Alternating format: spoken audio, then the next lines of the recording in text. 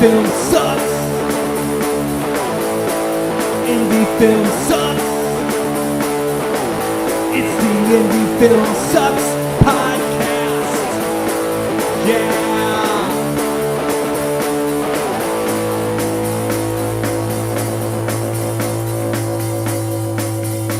Coming at you from the mean streets of St. Louis, from a basement on South Broadway, the Indie Film Sucks podcast. Anyway. Say it. The indie film's awesome. Yeah, okay. No, it is awesome. It is awesome. Oh, look at that. We're missing somebody. Oh, Brock Roberts, Brock's out on assignment. On assignment. You know what I think he's out doing? What's he out doing? I have no idea. Out on assignment. Probably pushing Red Knight at Skies. Probably. Somewhere. Wherever he is, he's pushing Red Knight. He's that kind of guy. All right, good luck, Brock. Be safe. Be safe out This there. is for you, pal. Yeah, that's right, buddy. We decided to have a cold frosty one to you, Brock, while you're out there. Pour one out, but we can't afford it. All right, so I was thinking, we don't do the suck too much anymore, but what I was thinking is, it's not really a suck, it's a reality of life, is, man, you got to enter festivals way early. Yes. And then it's a waiting game to see if you get in. Yes. But the things close so quick, I didn't realize that. Okay, as a new producer, as new to this side of the promotion side of things, I had no idea that you had to enter these things so early. And even for 2024, when we were in them in 2023, to get our names into 2024, Yes. that they were closing so quick. Right? Because they either fill up or whatever it is, right? Oh, yeah. Okay, so that's what I want to talk about tonight, is festivals. Pick your brain a little bit about the festivals you've been in, right? What you learned, what you would possibly do different, and then the festivals we got coming up, because we got a few more to announce. We do. I guess. So we'll hold that so people listen. That'll be our little teaser. So my thing with festivals is just that. I didn't realize you had to get in so early. Well, what you really want to do is hit the early bird deadline. You want to get in as early as possible. If you wait till the late deadline, they're just going to take your money and you're not going to get in. Okay. I didn't know there was an early bird. There's an early bird, there's a regular deadline, there's the extended deadline, there's a late deadline, there's a late deadline. Okay. And unless you have something really, really spectacular, the festival's probably everything's already been selected. It's already filled up. That's just extra money for the festival. Because the festival is an organization, they have to make money. And they have to pre-plan, and they have to make sure that they have, right. Yeah. And they're already, okay. So how quick or when do people get responses? I know if you don't get in, you don't get a response. No, it depends. So I can't speak to every experience, but I know there used to be a service called Without a Box. And I think Without a Box was universally disliked by a lot of filmmakers, by everybody. It just kind of a shitty system how it worked out. And there were a lot of festivals that you would submit to, and you would never hear anything back. What does that mean, Without a Box? Sorry, I didn't mean that was just the name of the company. Oh, okay. It was kind of like an aggregator for film festivals. Gotcha. You know, kind of like how Film Hub is an aggregator for distributors. Yes. You submit your movie to Film Hub, and then all the streaming services can say, I want this, I don't want So that. you would go on this box, what is it called? Without a Box. Without a Box, and there would be 100 festivals on there. Yeah, at least. Okay. Tons Got of festivals, and you would upload your film and, your information, and then pick the festivals you want to submit to, and, fill out whatever and send the fee and start waiting. Okay. Now there's another company that does it called Film Freeway, which is basically like Without a Box, similar setup, except they at least have a notification date. Okay. That it'll say you'll be notified by whatever date that they list on there to know if you got in the festival or not. Well, that's nice. That is very nice, because before it was you just wait and you hope, and then you get that email and the email from XYZ Film Festival, and I learned eventually I would just scan for the word unfortunately. I wouldn't read the email. Unfortunately, okay, delete, didn't get in. But at least you knew, or because I found out in film, even with distributors, no news is negative news, right? No news is just it's just George neutral news, right? Yes, George. No, Here's exactly, George Hickenlooper told me this years ago. He said, kid, when it comes to Hollywood, no news is bad news. Okay, no news is bad. No news is bad news. Right. If you don't hear anything, they don't want your ass. Okay, and stop thinking about it. Stop. Yep. Right. It's okay. So film festivals are seems like they're going to an aggregator too because it's easier. Somebody else controls it for them, and then you just put your I guess your submission into that. Yeah, Right. Because I looked at some of them and I tried to go around that. Even when we were looking into them for Red Night, I looked and I go, well, I could probably enter this cheaper if I just went direct to them. And they're like, all submissions have to be through this aggregator. Yeah. So you can't even go around the system. No, it's a pain in the ass, and filmmakers are notorious for getting shit in at the last minute. So the festival, like, they have everything programmed, and they're still waiting on some dickhead to send their movie in. Gotcha. Okay, so now we got them submitted. Yeah. Right? And was this the process back early on when you were doing this? Is same process? So the no box or whatever the hell you called it? No. Okay. I mean, originally, I think I was submitting directly to festivals, like with amphetamine. I think I made this whole package and with like promo materials and sent out a VHS copy. And, Oh, so you had to actually submit them in the mail? oh yeah, I used to have to submit, DVDs. Now everything's digital, which is awesome. Okay, so they have made some improvements. Yes, that's a definite improvement because you're not, wasting money on media that you're never gonna, see again. Man, we sent out so many screeners that just got thrown right in the trash, I'm sure. No, yeah, either you heard from them or not, right? Yeah. I mean, it's just, they have their selection process. Yes. Sure, they have their criteria. Yes. And we play the game, right? We are not in control, so we just hope for the best. Yeah, and most filmmakers, myself included, have overestimated their film. I don't want to say most. A lot of filmmakers, myself included, overestimate their film. I've done that. Right. Well, and I think now we have the advantage of seeing what else is out there online, right? Because the aggregators, all the stuff on Film Hub, there's so many more movies out there Yes. that we know at least the talent of the movies that are being made that are going nowhere, mind you. I mean, they're out there, but you have to find them. We talked about that for marketing and all that kind of stuff. So you have to assume that they did the exact same process to get in festivals that you did. So you have to assume that there's another group of people coming up just like we are that are trying to do the same thing we are. Yeah, and you got to figure, what do you want out of festivals?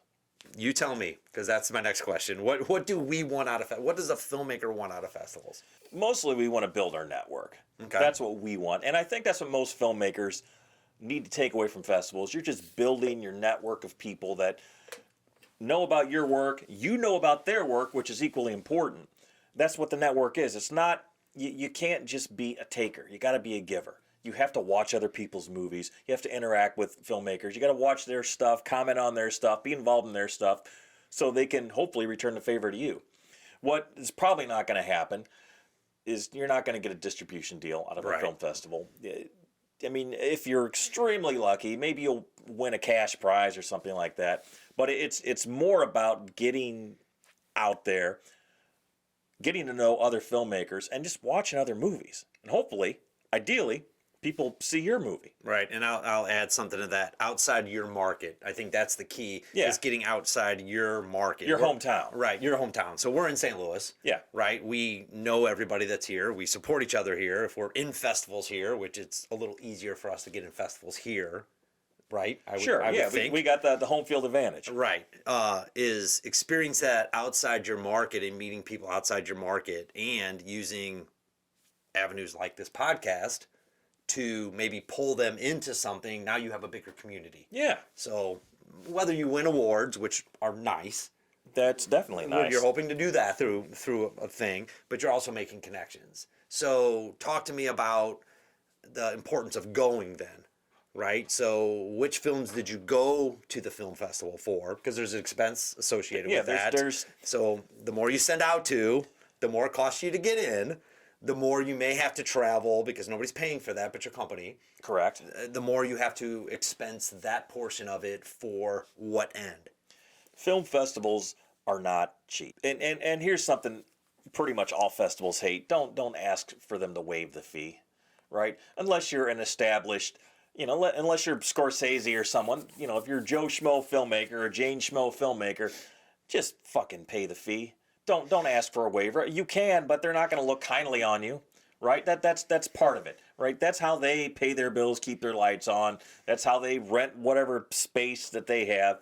That's that's part of their lifeblood is the fees from filmmakers, and unfortunately fees from filmmakers who don't get in. Right. So you got to pay the fee, and then if you get selected, then you have to provide them with some sort of copy of the film, some sort of maybe a DCP digital cinema package file, which is a big pain in the ass, but whatever. But then you have to go there, or you should go there, and that's an expense because they're not going to fly you there.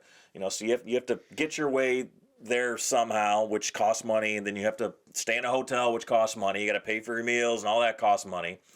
But if you can go to a festival, you should go to a festival simply to meet other filmmakers and to watch other people's films. And just like I said, and I'll say it again, I said it before, network with other filmmakers. See what they're doing. Don't just be a taker, be a giver. Right.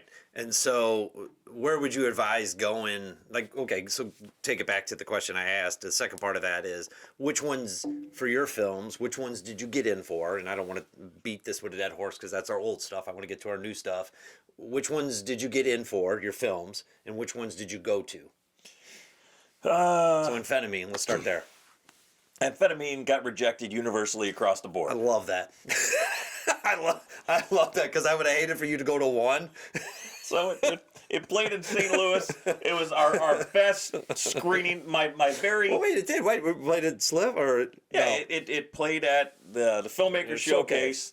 Like 800 people were there. It was a hell of a night. Set the bar really high, and everything else has fallen short. Okay. And then it played at the St. Louis International. So didn't have to worry about it. Stayed home. You stayed home for that. Stayed home. Slept in your own bed, went to the film, and nobody else. Yes. Nobody else picked it up. Yes. No. Complete and total rejection across the board. So Rhineland. Rhineland. Yeah. Rhineland was near complete and total rejection across the board. It got in one other festival outside of St. Louis, the Yellow Fever International Film Festival in Northern Ireland. No, didn't go to that. Didn't go to that one. Couldn't afford to go to that one. How'd it do? I think did okay. Yeah. I don't think it won any awards, but it got picked up, Nice. got selected. Okay. So really, I mean, you're actually 100% over the first year. Yes. Yes. So you had 0, now you got 1. Yes. Okay.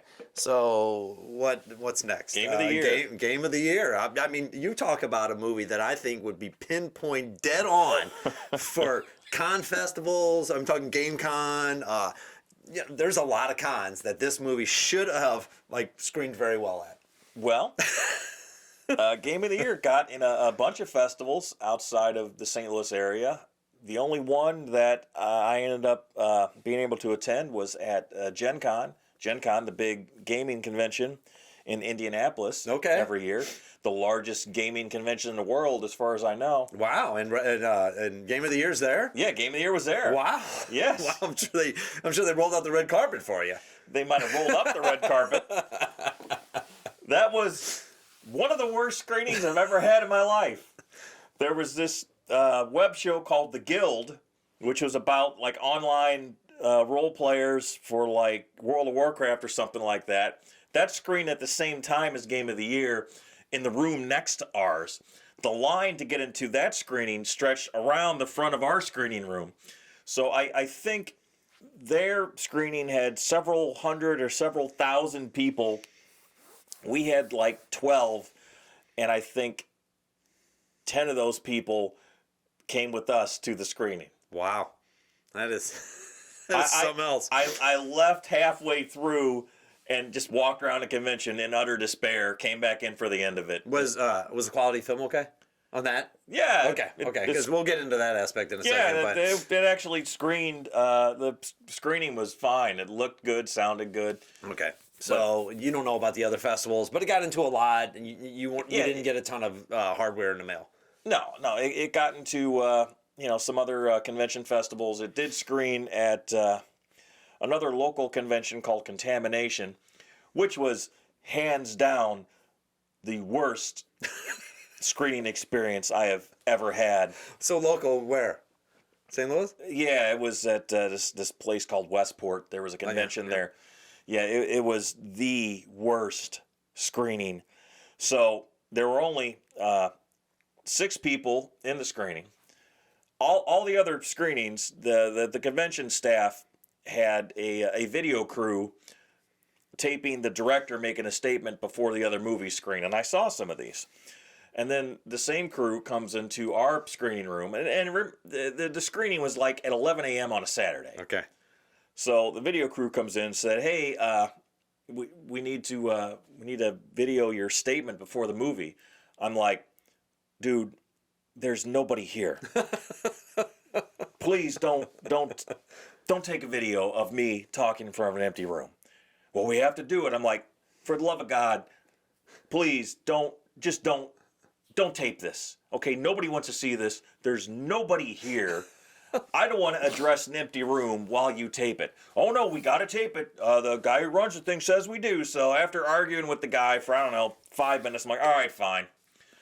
Okay, we're rolling." So I'm Chris Grega, director of Game of the Year. As you can see, there's nobody here. I'll be the guy in the back of the room killing himself. Enjoy the show. Thank you. And so then we're waiting. It was me and one of the actors in the film, 2 strangers, and then 2 guys I knew slightly. And we're waiting for the film to start, and we're waiting, and we're waiting, and we're waiting, and the movie's not starting. So I go down the hall to the hospitality suite, and the doors open a crack, and I can hear them in there arguing about something. And someone says, "Well, I don't know where that asshole Chris Grega is, but we don't know where the film is," and blah, blah, blah. So I open the door. I said, "Hi, yeah, I'm that asshole. The film is right there on that table. I gave it to Dave last night." Oh, just give me the fucking thing." So I grabbed the film, walked back, and then I had to figure out how to get the movie going on the player. And then we watched it. It was a private screening. It was a private screening. And then afterward, and the 2 strangers, they left halfway through. They loved it so much. And then afterwards, I said, "Hey, we're just going to hold off on any questions since you were in the fucking film. And, well, there's no one else fucking here." You want to ask me why we made this? Yeah. Okay, so but we've gotten some festivals. It did get some festivals. So we'll talk about bad experience. Okay, so now we're going on to what? Weldon Creek, different, right? Did you submit that one? No. Okay. Well, we submitted it locally. Okay. But after Game of the Year was Sound of Nothing. Sound of Nothing, yep. Which went to distribution. Did that affect anything on going to, did you do that first before No, going we to did the distribution? festivals first. Okay. Sound of Nothing was our first really successful playing outside of St. Louis movie. Okay. And it got in a fair number of festivals. And I think the biggest one, because it went to a bunch in different states and we didn't go to any of them because we just basically couldn't afford to go. But the biggest one was Freak Show Film Festival down in Orlando. So you made a conscious decision to probably try to pick the biggest one? Is that how you guys looked at it, or you just... No, we just looked at all horror and zombie-related film festivals. No. When you said the Freak Show, was that the biggest festival you got in with that film? That's why you chose to go there? Yeah. Okay. So you made a conscious decision as a owner of the film to go, I can go to one, because that's what I can afford. Effectively. I'm going to this one because it's the biggest. Yeah. Okay. So we went down there, and it's also a horror convention. Okay. And we were not prepared for the convention aspect. We should have had a table. We should have bought a table. We should have had merchandise. We should have had a backdrop made. Should have all this stuff. We didn't have anything. We just went down there like, it was me and Brock Roberts and the lead actor of the film, Robert Strasser, like 3 yokels from St. Louis. And just kind of wandered around. Walking in going, I don't know what to do. Oh, look at all this here. Oh, ain't this exciting? Nobody knows who the hell we are. Yeah. We had a fun time down there. And the screening, so there was a local film that I've probably talked about this before. A local film screened before ours. It was a packed house, and everyone loved it. And then everyone walks out, and then our movie screens to an almost empty theater, which was fine because our projection, it was dog shit. Oh, no. The picture and the sound were not synced up. So Brock and I are just in the back, just like moaning and groaning as like this film is just, it's out of sync. It's terrible. Nothing worse than watching a film. 1,000 things could be wrong. That is annoying as hell. Yes. But we still won something. Robert Strasser won Best Actor. Nice. Yeah. Nice. Yeah. Yeah. Did you go to the award ceremony? We did. Yeah. Then we drove home. Wow, you drove, man. Yeah. And then there was 35 days. Well, there was Weldon Creek before 35 days. Okay. And we screened that just locally, and then we decided, we're not going to send this to festivals. I just didn't really want to mess with it. It's a good documentary. but I was just so kind of fried from mostly rejections from festivals, mind Right. you. Then I was like, fuck it, I'm just not going to mess with it. So Okay. after Weldon Creek was 35 days. Okay. And then what did you do? Nothing on that one as far as, because I know our strategy now. No, what we're we doing sent with it. 35 days to a bunch of festivals, a bunch of documentary, like True Falls festivals, Right. and it got in some and didn't get in a bunch of others. But our limited experience with that was pretty good. It went to like this festival, Bare Bones in Muskogee. It went to Real Heart Film Festival in Toronto. Did you go? We went to both of those, and I've gotten a few others. Nice. And yeah, it was a good experience. So let's take all that experience and just now talk about like that, right? So I heard you mention you may or may not get in any, right? There's a cost associated with Yep. it. We all understand that. That's the game, right? But you also said that you weren't prepared to go to some of these Correct. for the experience you could have had versus that. So I know we were talking about Red Night trying to learn from that. And I think it's important for people to understand if you get into a film festival with a con or something else, that you have to actually prep for it. It's not just submit, go, show up. Hopefully people will show up. I've heard people pre-prep, they find out, they get a booth, they get a table, they go there, they promote their film to try to get people in there. Yeah. I mean, there's a whole science behind this. Yeah. If it's a big enough festival, in order to try to pump people in to that. Is that your experience would you do something different next time? Because I know we talked about it. Yeah, definitely. I think that's our idea going forward for the festivals is we're going to be more prepared. We're going to have material with us. We're going to, if we have the option, if it does have a convention attached, we'll buy a table for a few $100. We'll have a banner. DVDs. We'll have DVDs. We'll have stuff to push. So it's not about necessarily just getting in. It's about how you focus on networking, you mentioned, which I think is key, meeting those filmmakers outside of that. I think talking to the people even after the film. Yeah. Find out how they enjoyed it. I mean, everybody's going to be polite to you. Well, because here's the thing, man.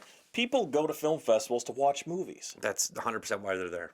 So, you want to go to festivals with your movie in it and watch other people's movies and just meet all these other people because you never know who you're going to meet. You never know who you're going to talk to.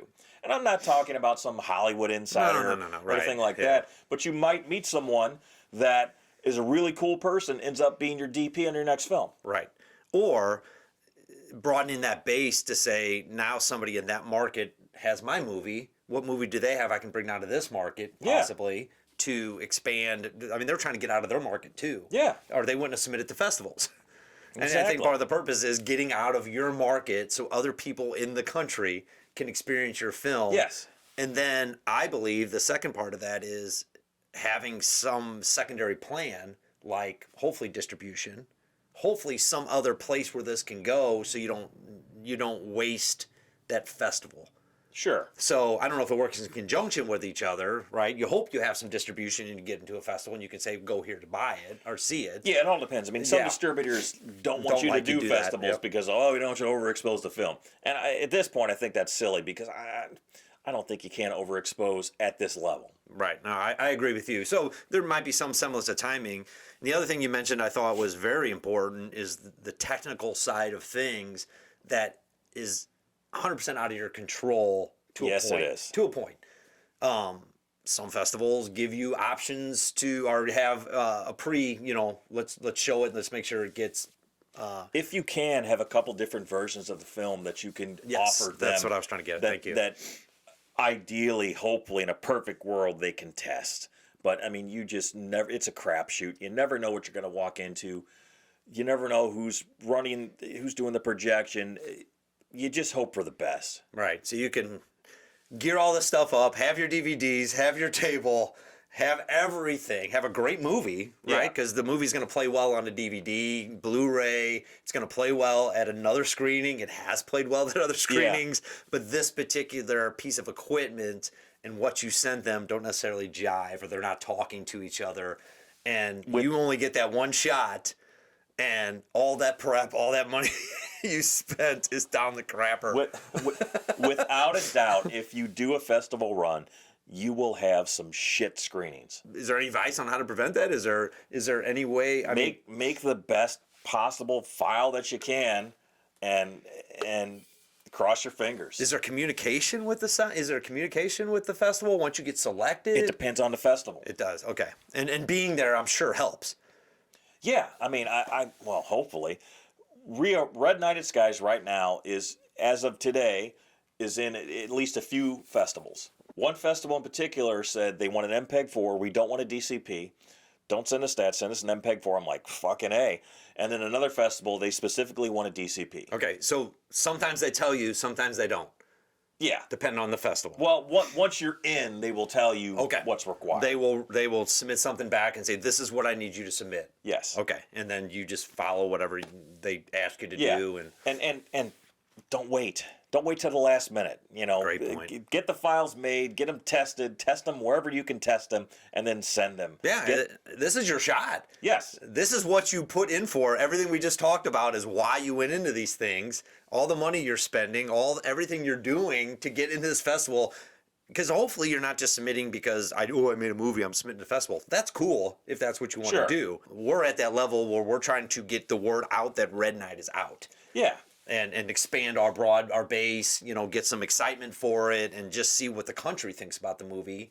We're still pursuing other avenues like distribution, self-distribution, other things, but we're looking forward to the festivals. Yeah, and man, I'm telling you, don't last minute this shit. Whatever they're asking for, provide it. Provide it as soon as you possibly can. If they're asking for stills, give them stills. They're asking for whatever file, give them those files as soon as you possibly can. Don't wait till the fucking day before the screening or whatever, because they're probably going to have some sort of cutoff. If we don't have it by this date, then we're bumping you from the lineup. Right.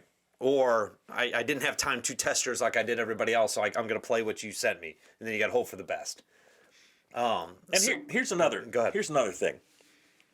If you don't get in a festival, don't ask why. Don't be a dick. Don't send some angry email. Don't say, well, we got in this festival, and this festival. How come we didn't get in yours? If you have to say anything, say thank you, and that's it. And move on. Right. I mean, and there is 1,000 festivals. Yeah, there's the top tier ones, and we're not talking about Cannes or any of those. No. So we know where we lie, and that's another thing I think is important to tell everybody is know where you lie and where your film lies. Yes. Because you are just going to waste money sending it off to some of the top. If you want the experience to send it off, write the address down, send it. But the experience is some of these are political, some of these are too big, they need certain quality of movies. Yeah. I'm not going to discourage you from not doing it. Do what you want to do. I'm just telling you that our experience is it's 100% not going to get in. I have talked to a lot of filmmakers who were like first-time filmmakers usually who were super excited. They want to send it to Sundance. I'm like, man, don't waste your money. You're not going to get in to that top tier festival. Like only the tiniest percentage of movies get in, and they never listen, and they send it, and then they get rejected, and like, oh, fucking bullshit, Right. Whatever. Well, there's a lot of mid tier that I think are accessible to folks like us. Yes. And I think that Chicago one is a good one for us that we're in now. Yeah. We had a strategy to say, well, we're going to look at festivals in a certain drivable range or something we can get to easier. And there's some top tier, second tier. So So we're in Chicago, which we did this drivable kind of approach to say, how can we be cost effective when we go to these festivals? Not saying we didn't submit outside of a drivable area from St. Louis. We did. But we were looking at it from cost effective things. And there's these mid-tier levels throwing out the Sundances. So when I say top tier in this situation, I'm talking about our level of top tier. Yeah. Where our movie could get in top tier. And I think the Chicago one is going to be something we're really excited about. Yeah, it'll be a good time. And I think this is exciting for us. It is. So what are we in? A couple in St. Louis now, Chicago. And then it's submitted to a bunch of places, so who knows? Okay. Build into your budget your submission plan, because I'm here to tell you that you can spend a lot of money on festivals and get no return. I mean, I spent, I don't know, probably, and this was 20 years ago, $3,000 on amphetamine on festivals. Yep. And got zero return. Yeah. So, yeah. Yeah. Well, yeah, right. And I think you were excited because it was your first film. Oh, yeah, I was very excited. And I wouldn't have discouraged you from not doing that. I was shocked. But how many did we get into this time? And we have a better polished film. I'm not saying better film. I'm just saying a better polished film than amphetamine. How many did we submit to this time? 20. Right. But when it comes to the next time we might submit, if we're not in distribution and stuff like that, there's always options to do it. The movie's timeless. Yeah. It's you're not going to be locked out of something. You're not going to be locked out of cons. You're not going to be locked out of promoting it. You're not going to be locked out of all these things. It's one avenue, I think, to get your film out there. And some people might argue, and they'd have some merit, that the festival route is kind of dead. That you just go straight to streaming and have done with it. I disagree. I disagree with that. I disagree too. Because it's too easy, and there's too much excitement, especially around these cons now. You know what I mean? I think they've built in some of these things around other programs and other things, which is awesome. Well, here's the thing, man. People like seeing a movie in a theater with an audience. I agree. And man, I'll tell you what. And I've had it happen, outside of St. Louis, in St. Louis, of course, because this is our hometown, but outside of St. Louis, when you're in a theater of people seeing your movie for the first time and they don't know you from anybody and they like your movie, it is fucking awesome. No, I 100% agree. And I think you'd be doing yourself a disservice if you didn't invest a few $100, because they're not that expensive. No. Some of them are, but a few $100 just to see the experience of getting in one, going, but understanding when you go that it's not just set it and forget it. Because if they don't know you, they don't know the movie, they may not sit in it. No, you got to work. You got to work when you get to the festival. You got to work your ass off. You got to network. You got to bullshit. And even some people you're going to talk to, they're not going to see your movie. And it was a funny thing. I got invited on some sort of filmmaker panel. Don't even know where it was, what city. But me and another filmmaker were talking, I think afterwards, and we're both like, yeah, we're not going to go see each other's movies. So like, right, but the whole time you're up there, you're just like, oh, yeah. Well, but you talked about filmmaking. Yeah. And I think that's what everybody understands is most of these are independent films. Everybody's in the same boat. And the thing I like about Indie Film Sucks podcast is we bring on these guests, and I don't know them from Adam before they get here, but their experience is so similar to what we're going through, Chris. Yes. And I'm not shocked anymore, but I was like, holy crap, his story. Just insert Grega or Chris Macke into that. Yeah. Into what he said. That's us. And I have a feeling across the country that everybody's going through the same thing. And they're just as excited to have their film there as you are. Yes. And everybody wants to talk about themselves, filmmaking, what they did, what somebody else did. And I think if you can get that buzz about what you're doing and somebody else can get that buzz about what they're doing, sit in on a couple films. Man, they're going to be happy you're sitting in there. Yes. Other filmmakers appreciate it when you watch their film. Yeah. And you know what? Even if you don't like the damn movie, just say something nice or say something neutral. Yeah.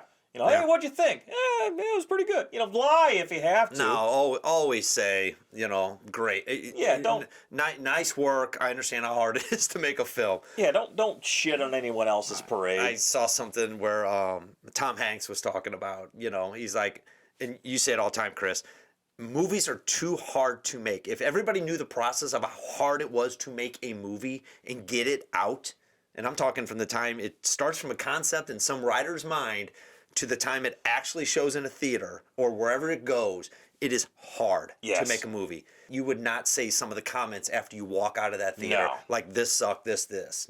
So he said, I always come up with comments, and if I'm talking to somebody who understands film, I might say, it wasn't quite for me, right? Maybe something polite in a sense because they all put the hard work into it. Maybe it missed the mark. Yeah. Maybe it did something, but it didn't. It doesn't suck. There's a lot of time and effort that went into something that you can say, right? We're not giving it 4 stars, but it wasn't that movie didn't resonate with me or something. Something polite like that, or something where you can just be, But at an independent situation, when you're sitting in there You know how hard it is. Yes. You know how much money they put into it. Yes. Look past the mistakes. Look past some of the things that you know could have been better if they had more money. And I don't know, just be there for them. Like, hopefully they're going to be there for you. Never been to one. I'm excited. I'm excited to go to Chicago. Oh, you never been to a festival? No. Oh, wow. No, I mean, I've been to festivals for other people's movies. Local. Yeah, local, not the experience of going, trying to promote, trying to get. I think Chicago, we're going to try to get with a reviewer before we go up. We're going to try to get some promotion. Yeah, going on. I mean, festivals Yeah. can be a lot of fun. Yeah, I'm excited. I'm really excited. I mean, about they it. can be a pain in the ass too, and stressful, and just like anything else, just like making movies. Indie film sucks, and we call it that for a reason. Right. But yeah, festivals can be a lot of fun. Yeah, and I heard sometimes they go late at night, so you might Yes. get like the 1 a.m. time slot. Yes, you might have that coveted 1 a.m. on a Thursday. Right, and I think that's something to be said about that. But no, I'm real excited about it, and I think you, 88 millimeter, doing it in the past, and again, I think this whole show is about what mistakes have we made. How are we going to try to avoid them? Yeah. And then how are we going to talk about the mistakes we made this time going out? Yeah. We're going to make more, trust me. No, but I think you going, if you never would have gone, if you would have submitted, never gone, if you never would have submitted, you would not know that your film could have been screwed up. Oh, correct. Because it was. Yeah. That people just don't show up because we came, because nobody knows who we are. Exactly. Right? And if your poster's not exciting, that has a half-naked woman on it, they're probably not going to go. Yeah. Right? They don't, and there's so many films there that why would they go to yours? Sure. You're competing Yes. in a market for stuff. You might be up against a time slot of a movie that's way more popular that you've never heard of. Yes. But locally, that's the guy. That's Yes. the Chris Grega Yes. or Yes. Brock Roberts or Chris Macke of Chicago. I've been to that festival where the local film is full of people and you're excited because, oh, we're coming up next. Then everyone leaves. Right. We didn't prepare with a table or pre-market or, have to tell people because they don't know us to go in there. If we never would have had that experience, I think we wouldn't understand what to do differently this time and go, well, we understood this. Now we tried it. Well, we learned a little bit more about what we needed to do. Right? Correct. Everybody else brings a business card and you're standing there. Good conversation, Chris. Yeah. I appreciate that. And I know we didn't talk about what we usually talk about, which is... Oh, the highs, the lows, and the in-betweens. True independent filmmaking on the Indie Film Sucks podcast. Brought to you by 88 Millimeter Productions. Tell a friend. Tell a friend. Just tell one friend. If you're listening, Uncle John, if you're listening to this one, I know I told you to follow me. Tell one friend. Yeah, tell one person to subscribe to the YouTube Indie Film Sucks channel. Followers are currency or some shit. I don't know. No, it is. It is. Yeah, it really I know. is. Whatever. We'll do another pledge drive. We will. Next time Brock's on assignment. But Yep. This one was about festivals. Appreciate it, Chris. Thank you. Love you, Mom. God bless. Good night. Indie film sucks. Indie film sucks. It's the Indie Film Sucks podcast.